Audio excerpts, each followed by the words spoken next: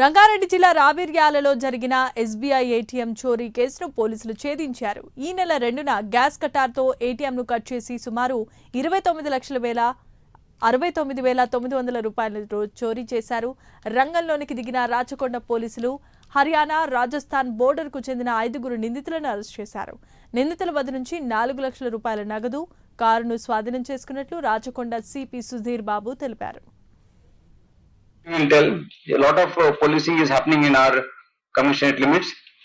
About 65 to 70 teams every day visible policing లో మన ఏరియాలో తిరుగుతాయి.